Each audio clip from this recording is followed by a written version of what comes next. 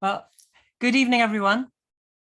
I'm very happy tonight to be introducing tonight's conversation about thinking and drawing between Emma McNally and Ralph Rugoff. Emma McNally is an artist who draws as a way to conceive and configure the world. Her drawn inquiry intersects with other forms of knowing, including mapping, music, philosophy, physics, and poetry. She originally trained in philosophy and literature, but became an artist and has exhibited and worked internationally, most recently with her highly acclaimed installation that was part of Art Angel's show at Orford Ness in Suffolk last summer. Ralph Rugoff's a writer and curator. He's been director of the Hayward Gallery for nearly 16 years and has curated many shows there. The latest one was Mixing It Up, Painting Today, which many of you will have seen. It was a survey of contemporary painting and was at the Hayward last autumn. He was artistic director also of the last Venice Biennale in 2019, just before the pandemic, that was presciently named May You Live in Interesting Times. So I'm delighted now to hand over to Ralph, who's going to lead this discussion. You can put questions into the chat, either publicly or privately, and hopefully we'll have a little bit of time over at the end to have some questions from you. Thanks very much. Thanks very much. It's a pleasure to be here and to be talking with you, Emma, about your work. And I was wondering if we could start out by just looking at some of the slides in your presentation, and maybe if you could just introduce some of the kind of 2 or 3 aspects of your approach to drawing that you think are the most important to you. Hey Ralph, lovely to see you this evening, and thanks everybody. It's really great to be here with everybody. I draw, and my primary medium is graphite, and I've been drawing for many years, I've been thinking about how to develop the capacity to think complexity and entanglement across scales, times, and spaces. So let me start with an image. Hang on a second. I need to share the screen. Hang on a second.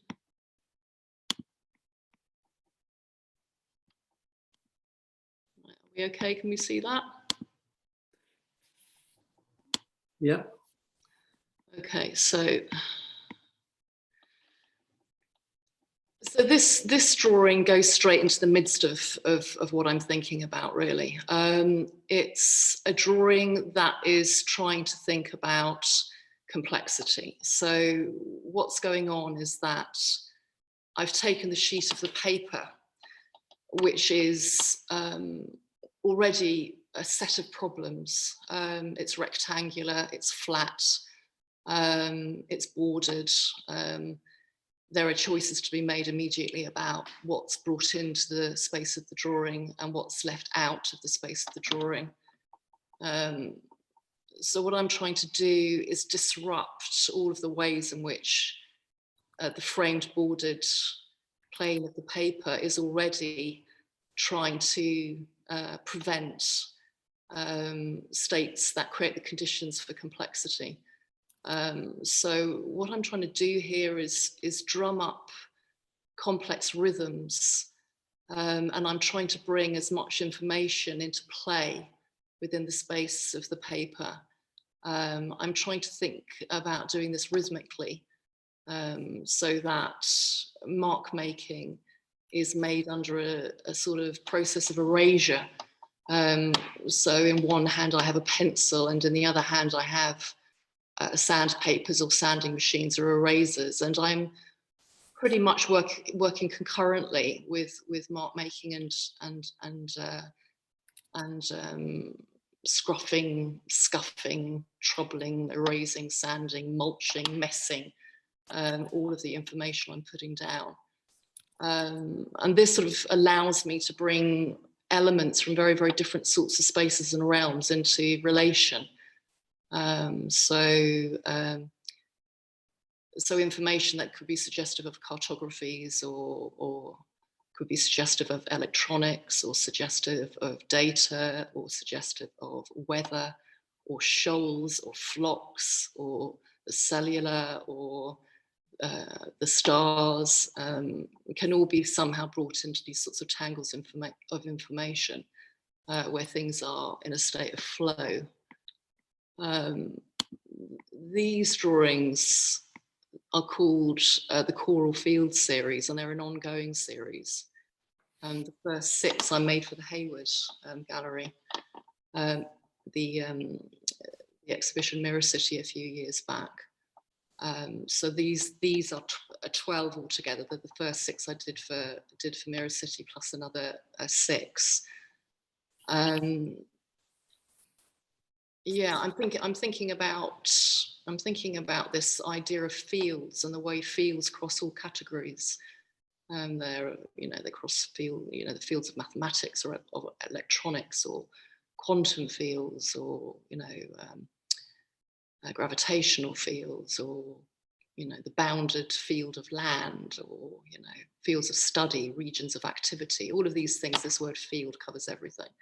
So it sort of creates the conditions for bringing information from across all of these categories and spaces into a sort of cloud of information within each drawing. So let me show you a couple more. These were actually installed in shipbuilding space on Cockatoo Island in Sydney. These 3 are in the 3 of the 6 that were in Hayward. And you can see already just in those 2 that there's that this one is quite suggestive of sort of stone or geology and also of weather or dark cloud turbulence. And this one is much more diagrammatic. This one is sort of, a melding of the 2. You're right with me just babbling on, Ralph? Well, Emma, I think I'll jump in because I think that was a really great introduction and you've already touched on a number of things I have questions about. I mean, one is people often remark when talking about your work about how your drawings conjure up mappings of complex systems, whether it's topologies and topographies, charts of seas, galaxies, weather patterns.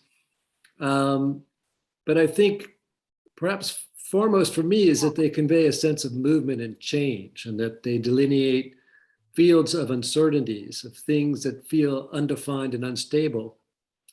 And I'm wondering if for you, there's a political dimension to that aspect of the work in that it's resisting the notion that, we often have that there's only one way of seeing things, or that things have a singular identity rather than this more systemic view where everything is connected to everything else.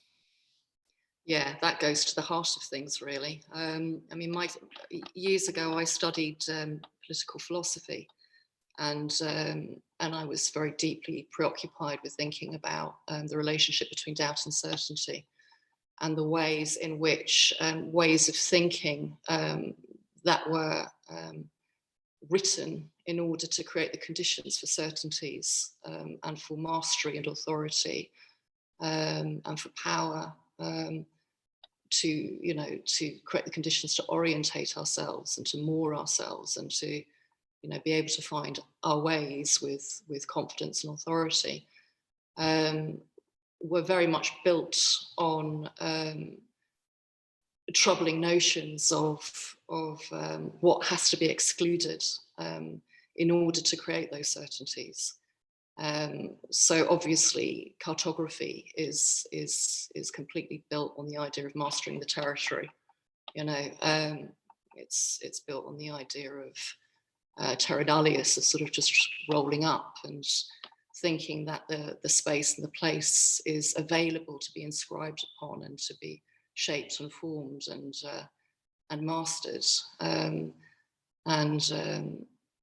The idea of having an identity is built on everything that identity is not.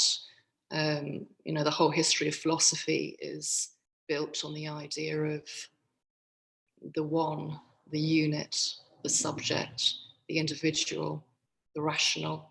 It's built on the idea of hierarchies and binaries and dualisms.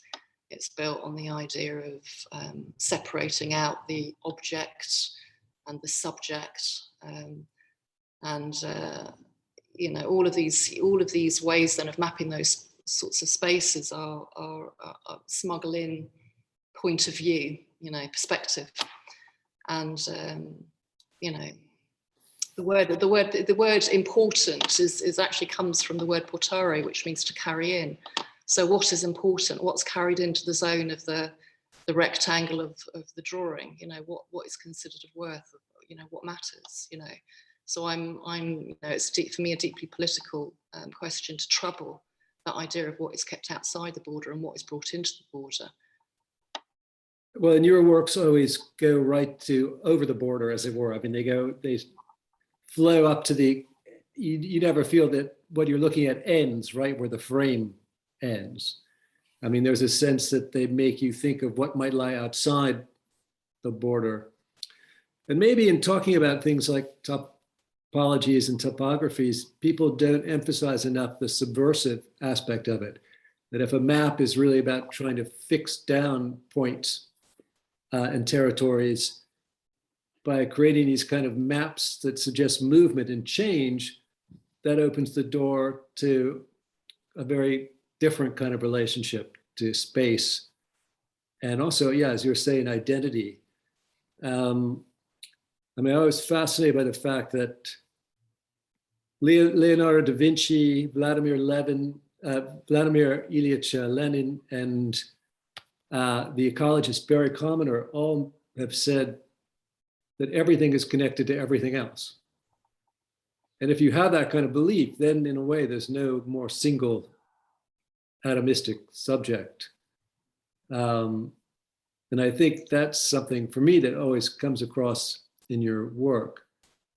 And that for me, one of the things I love about art is it also is an experience where you can't, where there are layers of experience that get connected. I mean, your sensory and perceptual experience of what you're looking at can't really be separated from the social and intellectual side. And I think that comes across in your work, especially where there's evidence both of kind of gestural passages, but also of planned out lines and patterns and areas that feel more thought out. Well, I would say really that I'm trying to develop the capacity to radically scramble all of these categories. So for me, there is no, I mean, you know, this whole question of mind and body and, you know, rationality, you know, nature and culture, you know, all of these sorts of ways of separating these things out. I don't think of thought as something that resides in the space of, for example, academia or you know, some sort of way of, you know, drawing out sorts of conceptual frameworks for how you describe the world. I mean, that already is a whole set of problems. And you know, what I'm trying to do is really radically disrupt that hierarchy. You know, so thinking about, you know, I'm trying to scramble sound. I'm trying to scramble matter, carbon, you know, movements across all scales and spaces. So if I put down lines which are suggestive of something which is being planned or sort of pre-thought, or I actually always trouble that idea in order to create the conditions for that to be rhythmically entangled with other ways of making marks within the drawing. So every time I do a line, I pulse it. It's actually pulsed like Morse code when you're getting close to it. It's rhythmic, and the thing is as well that I'm using graphite, which is a very particular material. It's a very slippery material. It's you know, an allotrope of carbon, and it's almost metallic. It's incredibly receptive to touch. So you know, the merest fluctuations of me leaning in and out of the with my weight with the pencil changes the mark. So I try to extend the spectrum of what's possible. And I go from the most quiet whispering mark making all the way through to putting pencils into drills and jigsaws, and I hammer them, and I'm basically trying to open up this really quite sort of vast sort of rhythmic space, so that all of these ways of thinking about space can be rhythmically brought into a state of relation. Well, it's funny because I mean, it always seems like there's a place for noise in your drawings, and that sometimes that seems to come from the messy materiality of graphite itself. That there are moments where the materiality just seems to dissolve on the paper. Yeah, well, I mean, this is exactly, again, why I use graphite, because this whole, and it's related to this idea of what's inside and outside. So it's not that I'm allowing for noise, I'm actually giving noise equal status. You know, the idea of the relationship between signal and noise is really central to what I'm thinking about. And the idea of the noise is also political. Noise has connotations. It has negative connotations, and it's something that you want to eliminate in order to create a clarity of signal, or you want to get rid of because it's disruptive, or you know, it's associated really with what's outside the space of, you know, the clear signal, rationality, clear thinking, you know, enlightenment, you know, all of this stuff, and it's associated with the abject, dust, dirt, filth, you know, the unwanted, the unclean, the unwell, you know, the mad, all of these associations. So, I mean, so for me, it's very much about bringing these things into complex, moving, dynamic relation where neither signal nor noise is seen as having some sort of greater status. I mean, I think it seems that most new ideas have to come from noise, things that we considered noise before. I know your work has occasionally been included in shows of abstract drawings, and I was wondering how you felt about that particular category. I know you're resisting all categories because of the references you might have to specific phenomena, whether it's the sound of water, tides, currents, weather patterns. How do you feel about that abstract? Yeah, it's another problem, isn't it? I mean, this sort of separation out between the abstract and the representational goes straight to the heart of all sorts of problems. You know, I mean, it sort of sets up a separation where we're in a position to point towards the world, you know, as if the world is somewhere else. And how do we as the subject access the world? And you know, we can have ideas of represent, you know, the representational, but the representational is always mired in complex history around, you know, what's the story around that representation? Is it, you know, particular ideas of tonality, or, you know, going back to point of view again, perspective, you know, how to think about representing is always freighted with complicated stories, and that's all of us who are making work, you know, even work that, you know, might be described as representational, are trying to trouble, I think, those sorts of separations. And abstract, you know, what does that mean to abstract from, again, the world? So I sort of, you know, I feel pretty unhappy with that separation.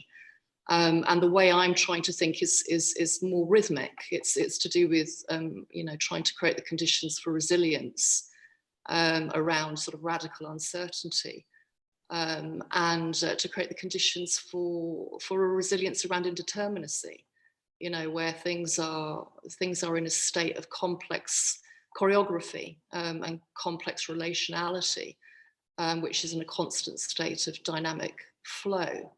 Yeah, just to try and think about the ways in which all of this stuff gathers and ungathers, is made and unmade, you know. I mean, I know that rhythm is a key aspect, and I also wonder, it seems on some level there's almost a time-based aspect to the drawings, that they're a record of this amazing amount of labor and activity that ends up on the paper and that comes across in this vast amount of mark making. And I know you sent me an email not too long ago mentioning that the earliest word for weather derived from words from time, which seemed like maybe people had a better understanding of space and time as a unity in those earlier moments in history. But I'm wondering how this idea of time, where you see that fitting into these works. Yeah, I mean, one of the things about the stories we tell ourselves about looking at the world is that they're very much set in timescales. What I'm trying to do is create the conditions for many times to coexist within the space of the drawing. So I want to develop the capacity to think across times, to enfold many times within the space of the drawing. So I want to conjure up mark making that's suggestive of quantum and very high speed, and marks that go in and out of, not go in and out of absence and presence, but sort of are, a sort of fluctuating in this mysterious, minute or vast time space. And something I always also would try to think within a drawing of geology, very slow time, and to try to find a way in which the material, that sort of, Karen Barrage uses this term space-time mattering, that these things are together, and they're phenomenon, and they're dynamic, and they're they're in complex state of rhythmic dynamic, and also even this idea of what is here and what is there, what is absent and what is present. That's another reason why I draw. I try to create this sort of equal status between making and unmaking, and erasing and rubbing and scuffing and scruffing and sanding and all of these things, because it troubles the idea of what is here and what is there.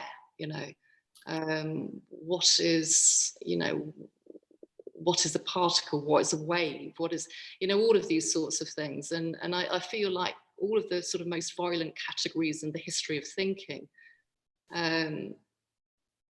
needs to be undone. And the way to do that undoing is to develop the capacity for thinking across scales and spaces and times, and to be in a state of indeterminacy. I mean, I think there was a lovely quote you sent me that I think is a good thing to bear in mind when we think about time, because most of us have a very conventional linear idea of time that is imposed on us by all our clocks and hours. But it was a quote from the writer Roberto Bolaño that as if time were not a river, but an earthquake happening nearby. And I feel like that's the type of time that somebody encounters in your drawings. It's not a linear time. It's this unstable, disruptive, seismic time that is spreading in unpredictable ways across layers of strata of experience and information. Yeah, well, we're in such incredibly turbulent times, aren't we? And it feels like there is, I mean, to use that sort of cliched phrase, the return of the repressed. But all of these complex non-linear stories of that have played out through histories of violence and domination and power and systemizing and control. All of these things are bubbling up in tectonic ways. Across all places and scales, and whether you're talking about the climate emergency or whether you're talking about histories of race and gender and all of the ways in which violence has constrained and harmed. These stories don't. This is, I think of these things like geology. This is not stuff that goes away. And we're literally, at a time when waters are rising and fires are burning and, and protests are going on globally, and they're all connected. It's to do with dominator logic, and dominator logic is built on all of these categories. It's not natural. It's their stories, and their stories of the one, their stories of the unit, the individual, the subject, all of the state, the nation, all of these bordered sort of concepts, so, we're in convulsion. Yeah, no, we're definitely seem to be in a moment where the idea that history is somehow progresses is hard to take seriously anymore, especially if you thought the Cold War had ended. Emma, I know you're a voracious reader, and you've got an interest in history and cultural theory, literature, and poetry. How does your reading inform your practice? I mean, again, I don't have a hierarchy in terms of the information I take in. My history, my academic history is in literature and philosophy, but I think with everything that comes my way. So one of the things I do constantly while I work is listen to sound and listen to music. And then in the evenings I read. And I'm also in a state of complex conversation and interaction, as Karen Barad would say, with many people and many thinkers. And also just with my friends, all of us together. So, I mean, I've always also had a very profound sort of, I'm unhappy with the concept of the artist, and I'm unhappy with the concept of art as a bordered category, and I'm unhappy with the category of the gallery, and all of these categories make me unhappy. So I'm trying to make friends, everywhere I can, and I'm blessed on that front, and I'm constantly trying to open things up.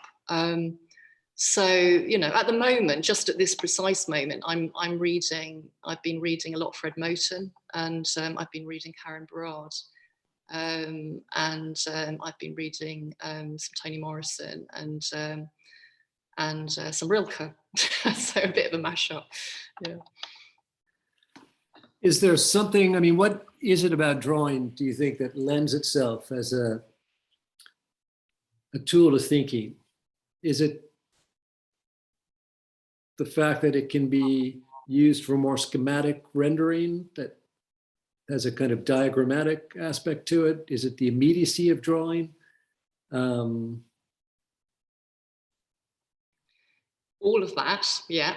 I think that, drawing is perhaps the oldest form of, making marks. I mean, you go back like 75,000 years, and there has been, pebbles found with what seems like deliberate scratching. But it has the history of drawing is a complex one. It's also a materially entangled one, and I think that you can sometimes lose track of what the basic sort of setup is with drawing. That you pick up, for example, a pencil, and you pick up a piece of paper, but already you have a complicated situation with both the pencil and the paper, graphite, and the material that is graphite, and the material that is paper, which is based, a carbon-based material. It's, the way we have it now, and that we've got used to, is that it's white, it's flat, it's rectangular, it's usually framed, it's hung, vertically. It sets up a whole lot of problems. Like I've said, what's on the outside, what's on the inside. What do you centralize? How do you space? How do you divide? What gets left in? What gets brought out? How do you sort of set up this sort of rhythmic relationship with this entanglement of graphite and paper? And paper has a history itself. You go, as I say, you go back to scratching on pebbles, and And, you know, and then drawing of carbon within, you know, rock surfaces, you know, interesting, uneven, evocative surfaces that, you know, that people would have gone in with torchlight and carbon and would have been flickering, and a space of dreaming, you know, and already those people making marks in that situation were already working in the midst. Whereas when we sit down to a piece of paper, it's, again, you know, it's like the tabula rasa, it's the blank page. And, you know, if paper is left blank on a drawing, then that's, you know, often thought of as space. You know, we have an idea of space, you know, and so all of these are problems, you know. If you make a mark on a piece of paper, then you have the mark, and you have the mark and the substrate. That's already a hierarchy. And if you have, you know, I mean, how do you sort of blur the conditions of that? How do you flatten out that hierarchy? How do you make it more complex? You know, like you were saying earlier about erasure, you know, which has the priority, erasure or mark making? You know, these are all sort of political questions in a way. I mean, that's a heavy word to use, but it's all stuff that needs to be thought about. And how reversible are those terms? Is erasure a form of mark making? Is mark making a form of erasure? Absolutely, yeah. I mean, I definitely am pushing now, you know, increasingly into those sorts of territories where you know, it becomes so scrambled that it's unclear. It's indeterminate, to use that word again. So I'm using pencils. You know, I'm using both my hands, but I'm also trying not to prioritize either my left or right hand. So I'll have like a sanding machine in this hand and a pencil in this hand, and I'll be using the sanding machine as a sort of vibrating, oscillating machine, which the pencil can run along almost like a violin, you know, and I'm listening to sound as I do this. So the machine is helping to make the mark. And also, as the machine moves up and down the mark making, it picks up the graphite, which it then moves elsewhere onto the page of the drawing. And this creates this sort of indeterminate state, this noise, you know, that you, as you said earlier, that new thinking comes from. It creates the conditions for new sorts of possibilities to emerge. Emma, I wanted to ask you about scale in your work, because you've shown us some of the really large drawings that you've made, and they kind of wrap around you perceptually when you're standing in front of them, and it feels like there's an immersive quality to that work. And I was wondering if that's important to you. Again, maybe you can tell us how big some of those drawings are. Just yeah, I mean the biggest ones are, I mean, the largest drawing I did recently was for Art Angel last year, and that was 30 feet. And the coral field drawings were all 3 meters wide. But you know, that's another of the things I want to trouble, you know, the idea of monumentality. All of these things they carry freight, they carry meaning. So to work large is obviously, you do different things with your body. It's very danced, very choreographic, very physical, you know, very energetic, and very expansive. And my body's thinking in a very, you know, in a very dance-like way when I'm drawing on that scale. Although also within large drawings, I'll do very small, very quiet, very minuscule sorts of mark makings as well often. I mean, this image that I'm showing you here is like a real turbulence of this is a big detail of a big drawing. But if you sort of look at these areas, these take time, you know, they're sort of repetitions, you know. So a lot of time is even enfolded into this one. But I also am suspicious. I mean, I love, you know, the idea of the sublime also has a history within Romanticism and nature, and you know all of these big ideas, God, the sublime, nature, all of these things. You know, I'll you know, unfolding the thinking around these things, but I'm not creating hierarchy where the sublime is a concept that I'm sort of, you know, that I'm sort of signing up to. But I mean, these are much smaller drawings. Emma, do you have an image of the 30-foot long piece that you made for Art Angel? I do, yeah. Let me just find that. Hang on a sec. Here it is. That's that. Yeah. So this is a drawing that also has a sculptural. Is it just what's on the wall, or is it this folded? This was, you know, there was so much. I mean, it was an incredible opportunity to do this, you know, with Art Angel, and you know, I was talking particularly with James Lingwood for, you know, a couple of years ahead of us actually doing the installation, and it was during COVID, and you know, and we'd been thinking a lot about all sorts of things. We've been thinking a lot about weather, and Orford Ness became a possibility, and I went and. Was this a disused base of some kind? It's an incredible place. It's been described as one of the strangest, most secret places in the country. It was used, it was top secret, and it was used to basically develop Britain's first atomic bomb, which was known as the Blue Danube. And it was also a place where they did experiments around early radar and you know, all sorts of technologies around for the Ministry of Defence. And this particular building, which was an extraordinary building to just stand in when it was empty, it was almost like a sort of a funerary site, almost like a sort of Neolithic funerary site, sort of a mound on the outside of sort of shingle that was there in order to protect, to sort of basically hold any possible explosions. And in this space was stored atomic bombs and parts of atomic weaponry. So it was almost like, for me, it was almost like the sort of, you know, the absolute degree zero of the paranoid border. You know, this is where the bomb was, you know, on this country's coast, you know, that was being developed in order to protect this nation, you know. So it was already a really complicated situation. It's a place where, you know, there's been a lighthouse for hundreds of years, and then last year, the year before, it had to be dismantled because of rising waters. So, I mean, such a sort of literal connection between dominator logic and the climate, you know, melting ice in Greenland and making the waters rise and the lighthouse come down. So I basically wanted to make something that was the antithesis of the bomb.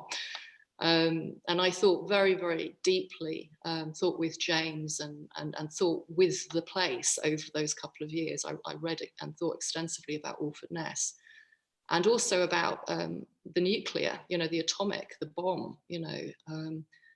I wanted to make something that was almost the map of the complexity of what occurs when a bomb explodes.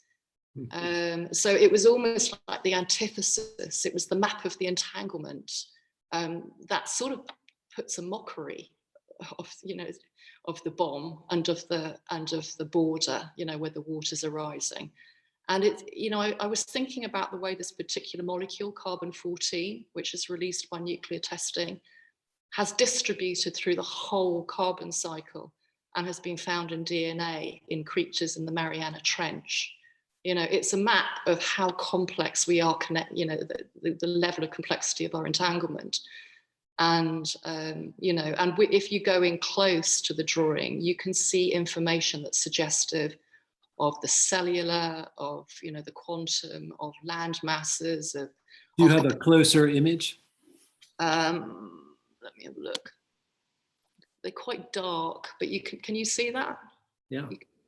So, you know, in this you can see, you know, I was trying to trouble, again, this idea of centralizing and spacing and dividing. And so what I wanted to do was make something like a ripple chamber, a quantum cloud chamber, where material was being distributed across the space in deeply complex and entangled ways across scales.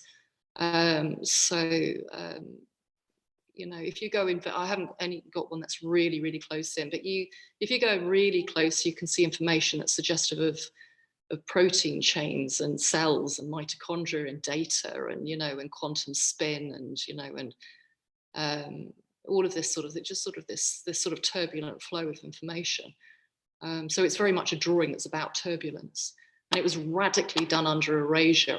There was almost a violence in the way it was produced because I was using so heavily using the sanding machines that the circles themselves are coming in and out. You know, they're coming in and out of focus, and they're troubling the idea of what is absent and what is present. You know, there's this sort of state of fluid, you know, turbulent flow between absence and presency, and breaking down, you know, what is absence and absent and present.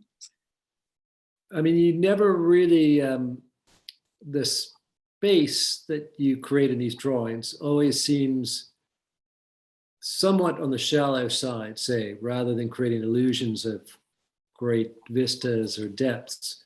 But it also feels very much like a multi-layered space. And I don't know whether that's partly because of the intermingling of very clear, precise line making and areas that are much mistier, and how much that is down to our own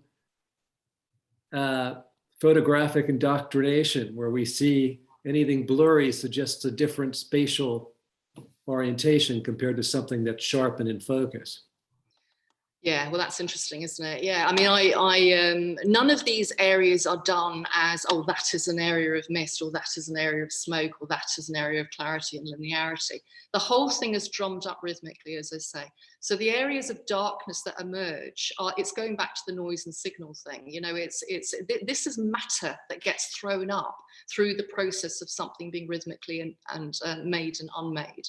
So the matter is it's not representational. I'm not drawing smoke, or you know, or something that's suggestive of the suboceanic, or something suggestive of this or that. It's basically everything's in a state of flow, and those areas just come about through the sort of choreographic making. Yeah, so it's really the layering is. The layering flickers everywhere, you know, because I don't want there to be a sense of hierarchy either of what's surface and what's depth. You know, I'm trying to sort of flatten that, make all of these things concurrent, you know, with flow, flowing with, entangled together, each in and out of absencing and presencing. So it's like a weather system of graphite, you know, moving through all of these sorts of spaces. Yeah, so there's no sort of hierarchy between you know, the dust and the clarity. They're just in a state of flow, you know. Now, in addition to these very large works, you've also made some drawings in three-dimensional form, right? Like the Mobius Knots.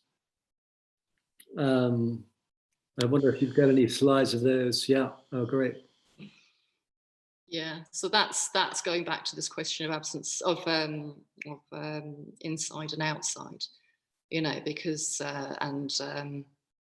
flatness, how to sort of create topological complexity, so that to sort of start trying to create the resilience and allow for the conditions for intimations around more complex dimensionality. You know, scrubbing the script, you know, which also troubles this idea of point of view. Well, in terms of troubling our usual categories, this is also a sculpture to some extent, right? I mean, yeah.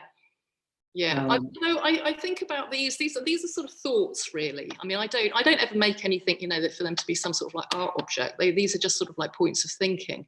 So, you know, I mean, I had paper which I sort of traveled graphite across, you know, almost in the sort of like Chinese brushwork. You know, I wanted it to have this neutrality of the material traveling across it.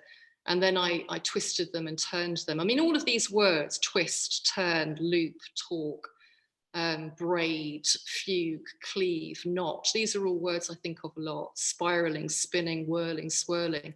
Ways in which you can trouble the idea of what's inside and outside, and to think about the ways in which things are flowing in a state of sort of, you know, dynamic, fluid dynamic maybe, or, you know, across scales and spaces.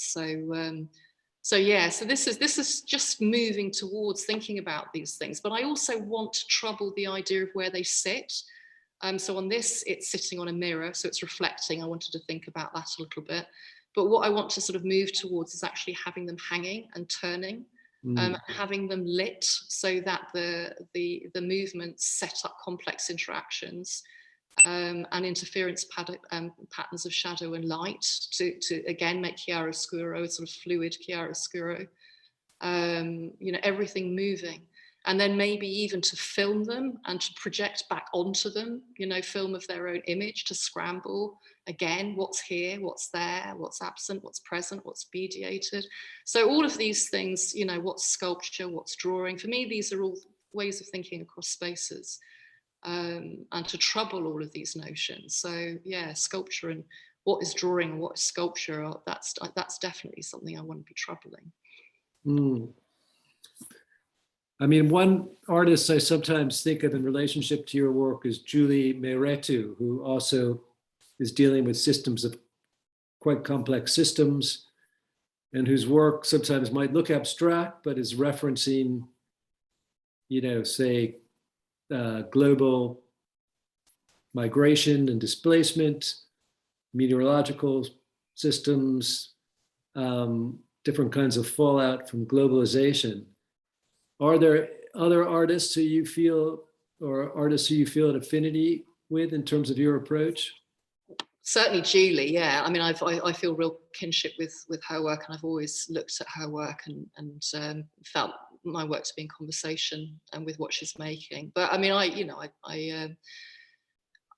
you know, like the question about what do I read, I look at everything, you know. I mean, I look at enormous amounts of visual information in the same way that I listen to enormous amounts of sonic information. So I look constantly at like satellite views of, you know, of weather and you know, the movement of carbon dioxide around the planet, and I look at, you know, the suboceanic spaces, and I look at, you know, the quantum, and I look at, you know, geography books and physics, and I look at everything, you know. So I feel really that I'm constantly just keeping the drawing is ongoing, you know. It's never about a drawing, it's always about this ongoing series, you know. It's non-linear, you know, and so things that I think about I come back to, or I take forward, or I bring, you know, it's always just sort of moving all around the place.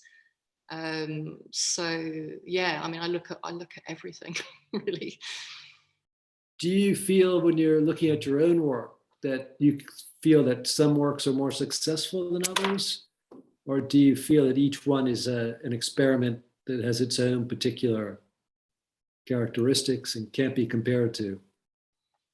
I think I'm trying to sort of generate a lightness in the way I think about working, so that I'm not really making judgments about whether it is a success. Because it's so continually a sort of state of thought, I might sometimes do a drawing that feels really sort of quite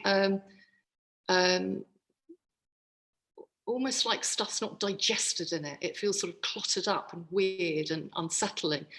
But I don't see it as not a success. I see it as a moment of congestion.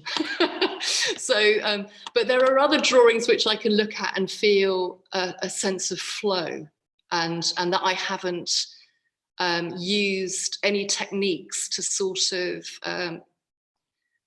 of short circuit what's required to go somewhere more interesting. And I think, you know, we've all got sort of things that we do, which we know that if things are sort of getting out of hand or whatever, that you can do to sort of calm it all down a bit, you know. But I always know when I've done that, you know, I always sort of see that as something I've got to push back on, you know, in the next drawing or at some point. Well, that's a great, I think, thing for all the drawing students listening tonight to take away in terms of working. And maybe we can open it up now to some of the questions in the Q&A list. Should I read that, or are you going to do that? I'm going to just thank you very quick. Yes, thank you so much, Ralph and Emma. And I think you gave a really tangible sense of this kind of precarious line between knowing and not knowing, which is crucial. And also, again and again, I really felt that sense of what you were talking about, a kind of the rhythm, this kind of rhythmic resilience that seems to be driving. I mean, there's a lot of questions in the chat about kind of how do you know, how do you decide, the latest one, how do you decide where to put the mark or the erasure on the substrate and the rightness of the mark. And I was wondering, I was thinking about the way you keep coming back to rhythm, but maybe you would want to answer that more fully yourself. The great thing about doing the sort of drawing I do and trying to sort of think rhythmically, you know, with as much of a sort of intention towards sort of the radically indiscernible, is that it doesn't matter what marks I start with, because it will rhythmically unfold. It's like a conversation. It's like this evening. You know, I can't plan in advance what this conversation will be. It's rhythmic. So, you know, Ralph will ask a question and I will try and respond. And this is dance. This is rhythm, you know, and you can't come in with some sort of masterful intention of, you know, what it is it's all about. So if I have a particular day where I'm feeling exhausted, for example, and there were certainly points when I was doing the choral field drawings for Hayward where I had to do them really fast and I worked really hard. You know, I did like 10-hour days every day for like months, 3 months or something. And there were points of exhaustion, and I was perfectly happy to be in a state of exhaustion on particular days. So rather than stop or to somehow sort of feel like the states of, you know, vital virile energy were somehow more important, I had days where I would have my eyes closed and I would be holding pencils in my hand and I would be moving across the paper, so that the quietness and the tide mark making was totally, you know, allowed within the space of the work. And then, you know, and then I would rhythmically respond to it. So if on a day I was filled with a certain sort of energy that was really static and sort of, you know, almost violent, you know, I could do a sort of violence, but then I can come into relation with it. I can, you know, duet with it, or sort of fugue and cleave and plait and braid with it, and then eventually through time and unfolding times into the making of the drawing, these things become complex sort of braidings of many rhythms that are all allowed. Yeah. I mean, it does feel like it's almost like a kind of total artwork, like in the old-fashioned way, with everything, you know, using music, drawing, thinking, work, you know, everything open to everything and putting it all in. The more recent question just came up about looking for a solution. Is that too narrow? Searching for answers. What would you? I am wondering about looking for a solution, searching for answers. Asks Helen Sutherland.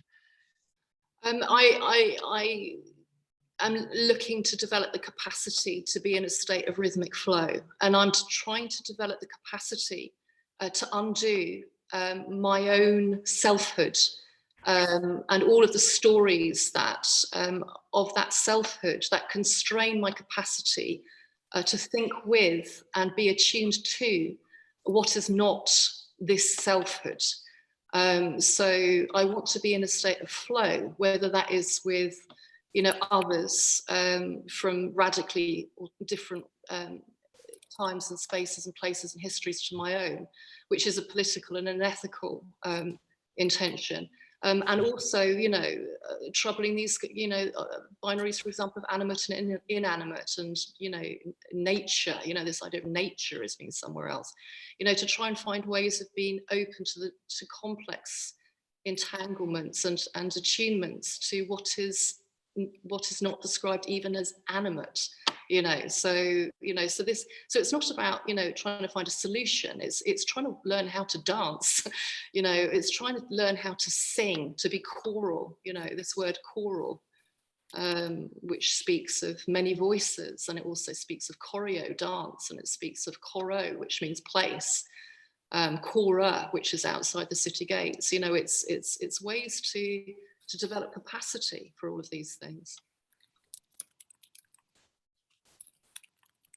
Yeah, that's a great answer. There's a question about whether you work on more than one drawing at a time, or is your production linear? I think you maybe answered that, but no, it's a good question. Actually, it's a good question. Although I have been working in terms of series, you know, one after the other, I have of late decided that a more of a sort of rhythmic lightness will come from not focusing on the one of the drawing I am working on. So I have of late been stretching up eight pieces of paper in a row on this very large wall I have here that was built for the Afternest project. So, and I'm basically dancing between all of the drawings, you know. So every time I feel a sort of a block, a rhythmic block or a stalling, I basically move. So it creates this lovely rhythmic lightness, and all 8 of them are being sort of percussively drummed up in this sort of non-linear concurrent way, you know. So they feel like a family of drawings. They feel like they sort of share sort of DNA in a way, because I've rhythmic DNA in a way. Yeah, I'm really enjoying and really interested in how that's changing how I draw. And Anna Lovett says, can you talk more about your decision to crumple the drawing at Orford Ness?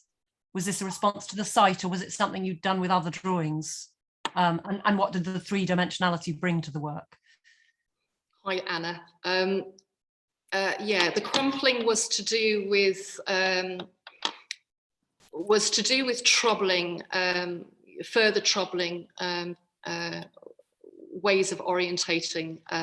So I didn't want the drawing to be flat and vertical. I mean, it would have been monumental and flat and lit, and it would have had a certain sort of sense of importance if it was in the space in that way. So what I wanted to do was trouble that. I mean, if you have a drawing on that scale, then you stand back, you centralize, you survey, and the word survey is a bit of a giveaway. I didn't want a drawing that could be surveyed. I wanted a drawing that would invite participation, and that was brought down off the verticality of the wall and brought towards ground. You know, it's some sort of, you know, movement towards grounding, and creating the sort of indiscernible state, so that the graphite, when it was crumpled, it looked like stone or magma or rock or metal.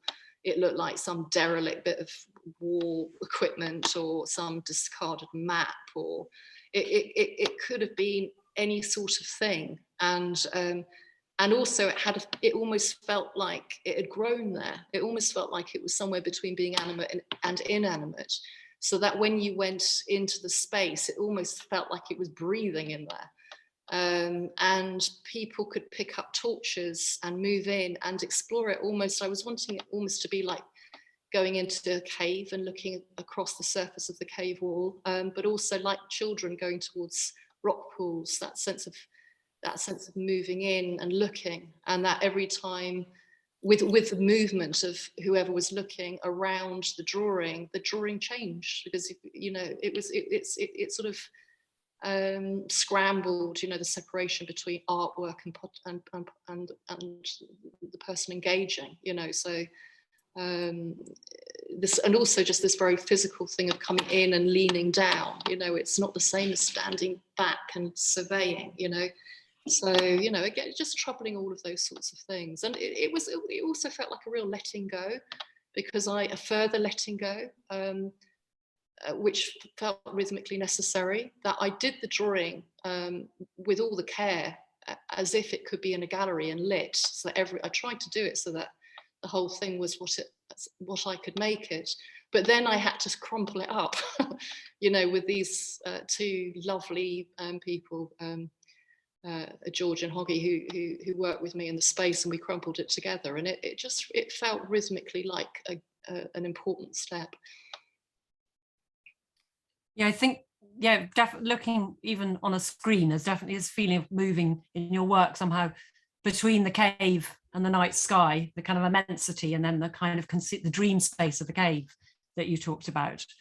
And there was an earlier question as well, I think, from Una Benuna, saying, does the artist see the image in her mind before she makes any work, or does she approach a new work empty of preconceived outcome and allow the work to reveal itself? I certainly don't have a preconceived idea. Emptiness. I mean, I always feel like I'm always in the midst. I mean, when I start working, it's not this idea of a tabula rasa or a blankness that I am then coming towards and I make the first mark and it rhythmically. I'm already in the midst of rhythm. I'm already thinking with all of these people I'm thinking with, and I'm reading all of these books and hearing all the sound, and I'm in the midst of this world, and I'm in this country at this time, and the weather is you know, storming this week. So I never feel myself to be, I always feel myself to be in the midst of rhythm. And so I hand myself over to that. Yeah, Ralph, do you want to ask any more? No, I think that was a beautiful place to end, actually.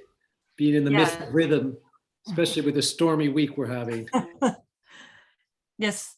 Well, oh, here we have 4 Fathom 5. Did you? This is from you, Emma. I just put this at the end of this talk because it sort of goes to the heart of a lot for me. 4 Fathom 5, thy father lies, of his bones a coral made. Those are pearls that were his eyes. Nothing of him that doth fade, but doth suffer a sea change into something rich and strange. And I think that goes to the heart of it. The father drowned, and the idea of the one. Falling to the depths of the ocean and going through transformation, material transformation, into something rich and strange, and that's really what I'm trying to do with everybody I'm thinking with, to create the conditions for the rich and strange. And it's something you're doing materially with the transformation of carbon graphite as well as imaginatively. So inner and outer again, I suppose. Thank you so much for your generosity in opening up your world to us, and thank you very much to Ralph for your great questions and conversation tonight. And thanks to everybody who's been here and asked questions. And I think the talk will be on the website in a bit of time, so you can listen again. But otherwise, good night from all of us. Thank you very much.